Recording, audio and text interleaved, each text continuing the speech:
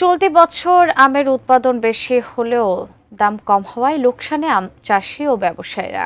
রাজশাহী নগরের Shiroil bus terminal এলাকা থেকে আম বেচাকেনার খবর জানিয়েছেন সহকর্মী বুলবুল হাবিব। আম ব্যবসায়ী এবং কৃষকরা ভেবেছিলেন যে ঈদের পরে আসলে আমের ব্যবসা জমজমাট হবে এবং তারা লাভবান হবে, কিন্তু ঈদের পরের চিত্রটা হচ্ছে আরও করুণ এবং ক্রমান্বয়ে দাম কমছে এবং আম ব্যবসায়ী এবং কৃষকরা কিন্তু লোকসানের মুখ দেখছেন।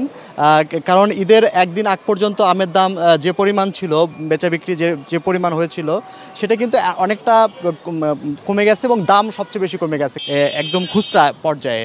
অর্থাৎ বানেশ্বর হাটেও আমি খোঁজখবর নিয়েছি, সেখানেও কিন্তু আসলে আমের দাম একই পর্যায়ে রয়েছে। মানে একসাথে প্রচুর আমদানি হওয়ার কারণে এই অবস্থাটা তৈরি হচ্ছে। তো আমরা যদি একটু জানার চেষ্টা করি আম ব্যবসায়ীর কাছ থেকে, তো কি অবস্থা বলেন তো ব্যবসার? ব্যবসা এই জামের জন্য ব্যবসা হচ্ছে না। আমরা জাম ছুটলে ব্যবসা হবে, আম বেচা। সানবিট সব দিবে সামাল।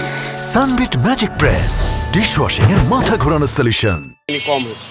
তো কৃষি অফিস থেকে আমরা কথা বলছিলাম, কৃষি অফিস থেকে যেটা বলছে যে আসলে এবার হলো প্রচুর গরম ছিল 2 সপ্তাহের মতো এবং একসাথে কুরবানির ঈদ পড়ে যাওয়া এবং এই গরমের কারণে প্রচুর আম হারভেস্ট যেমন হয়েছে, আবার ভোক্তাদের মানে কনজিউম পাওয়ার যেটা সেটাও কিন্তু অনেকটা কম ছিল। আসলে ঠিক সেভাবে আম যে খাওয়া সেটা কিন্তু খায়নি, সে কারণে কিন্তু আমরা দেখেছি যে আমের দামের এবার হলো বেশ কম ছিল এবং এ কারণে বিশেষ করে কৃষকরা এবং চাষিরা একটা লোকসানের মুখে পড়ছে। তো এই ছিল এখান থেকে যে আমের কেনা বেচা হচ্ছে, প্রচুর উৎপাদন হয়েছে, কিন্তু দাম না পাওয়ার কারণে ব্যবসায়ী এবং যারা আম চাষি তারা লোকসানে পড়ছেন।